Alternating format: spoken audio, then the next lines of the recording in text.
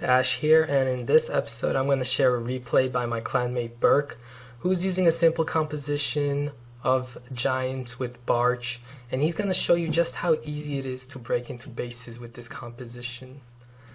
Now, when using giants, it's critical that you carry wall breakers, because controlling the giants to go towards the direction you want them to go is difficult, as giants are easily funneled in by defenses, and knowing that most people deceptively place their defenses in ways to prevent your giants from wreaking havoc inside their base. So, for example, if we were to break into the first layer of this base with a few wall breakers, then you can see that the defenses are well placed around the base without any walls separating them, which basically means that giants will move around this base as they target all these point defenses. So is this a base you should avoid attacking with giants? Absolutely not, because this base is actually a prime example of a base where the core is exploitable by tanks, typically giants. Why? Because look at the interior portion of this base. What do you see?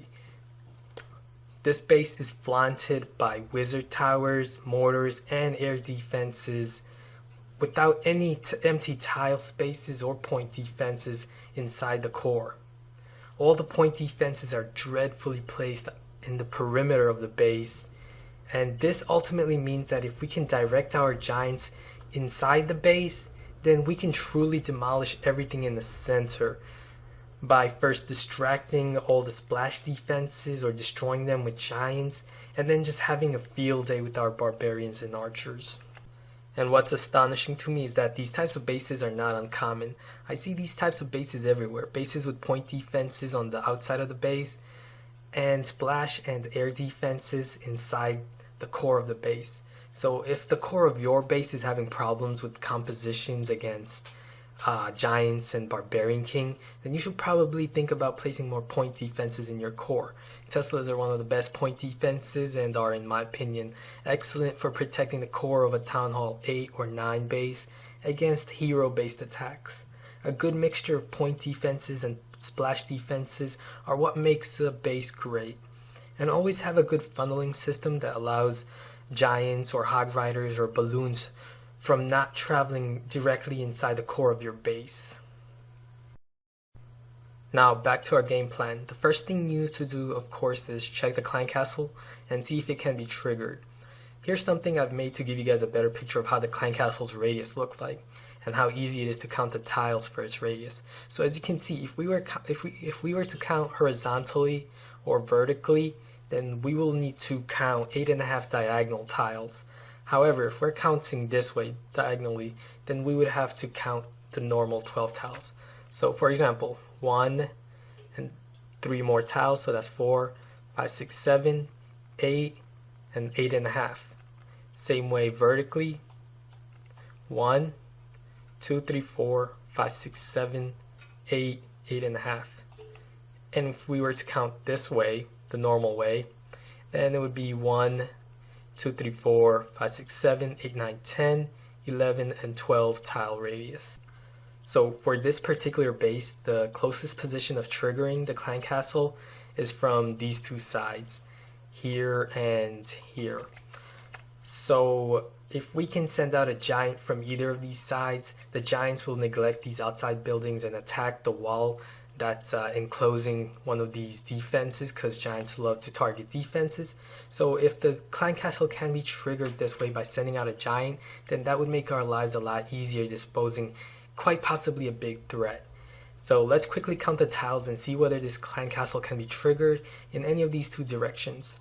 So first let's count this way, 1, 2, 3, 4, 5, 6, 7, 8, 9, 10, 11, 12, 13. No, because the clan castle's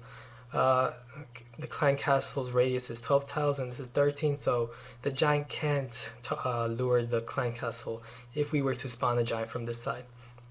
So what about vertically? Vertically we have to count 8 tiles. So 1, 2, 3, 4, 5, 6, 7, 8, 8.5. So basically here. But if we were to send out a giant here, the giant will not target this wall. The giant's gonna target this because this defense is closer.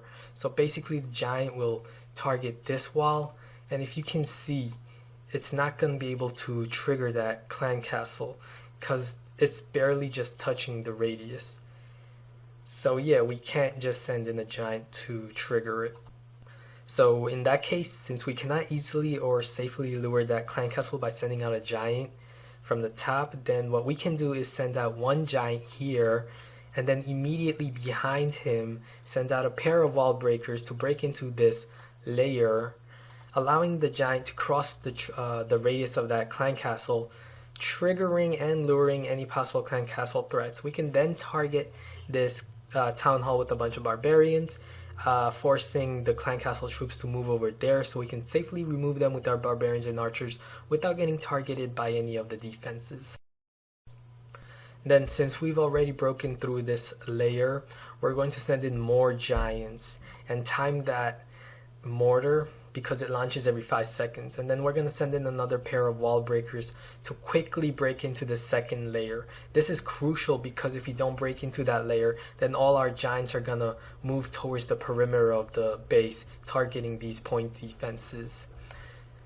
So we don't want to take any risks. What we're going to do is place a well-placed rage spell right here to direct our wall breakers and giants towards the center of this base.